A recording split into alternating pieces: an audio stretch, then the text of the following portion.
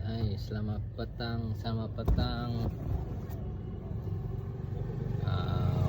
Welcome to my channel, Dinesh.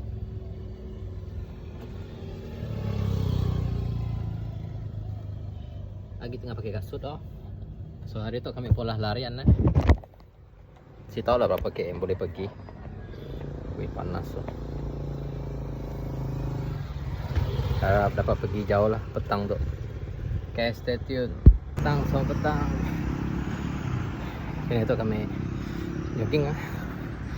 Welcome to my channel, Dinesh. Okay, macam biasa.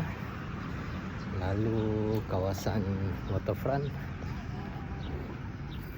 1.37 km.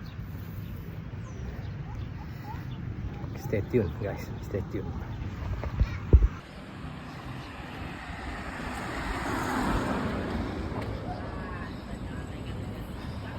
Guys, sekarang kami dekat 2.28 km. Masih awal. Kami jalan kaki tu sebab kereta banyak gila, utamakan keselamatan. Okay, stay tune.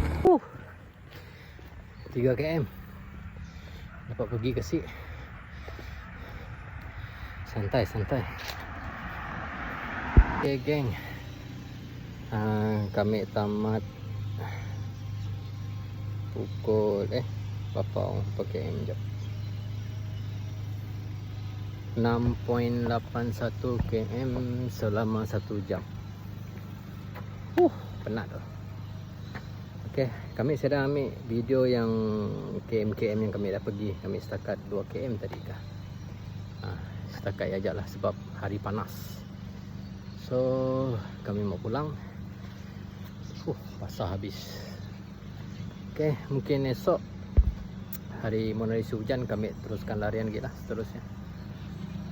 Okay guys, boleh komen lah, drop komen dekat dalam video tu. Okay, thank you, bye.